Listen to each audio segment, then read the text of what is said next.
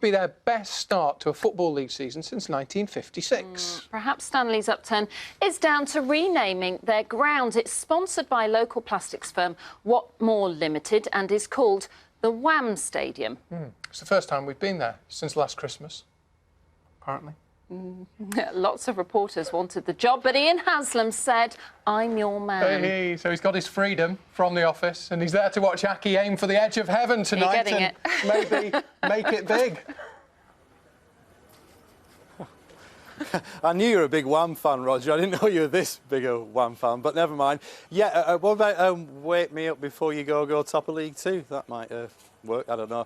Anyway, welcome to Accrington. Here we are. The game's about to get underway in just under an hour's time. As you can see, not many Yeovil fans have arrived here to my left. In fact, there's just one solitary fan there, but don't worry, he will be joined by around 100 other loyal fans later who've made the 5-hour journey. As you can see the pitch over there, well, some of the Yeovil players are just getting to grips with the surface. It's a lovely surface. The groundsman here very proud of that. And follow me up here. We've got a bit of privileged access here because these are the changing rooms. The Yeovil changing rooms there, the officials there, and here, Dean Winnard there, is the Accrington Stanley changing room. I pray this doesn't go too badly. We're just going to have a sneak room round the corner.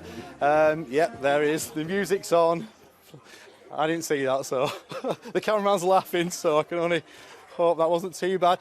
Here is Dan Jewell from BBC Radio Lancashire. Dan, nice to see you here.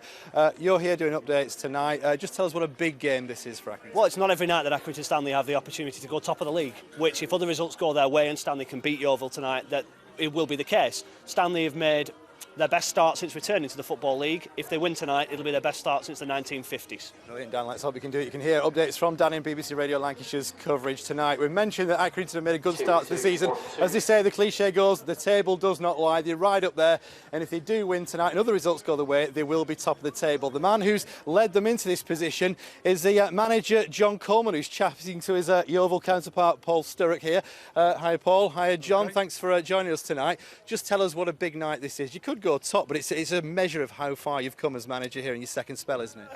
Well, we're not getting carried away. You know, we've got a young squad of players who all work hard, but there's a long season to go, and you know, talk about going top or where you're on the table's nonsense at this stage of the season. Only 9 games gone.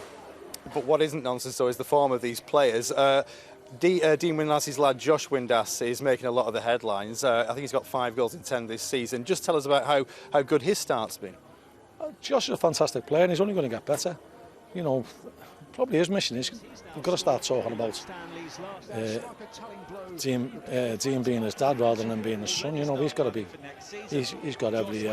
tool in the locker to go and surpass Dean's career. And, you know, if he keeps his feet on the ground, he will do. Thank you very much for joining us, John. Short and sweet there. The game gets underway in just under an hour.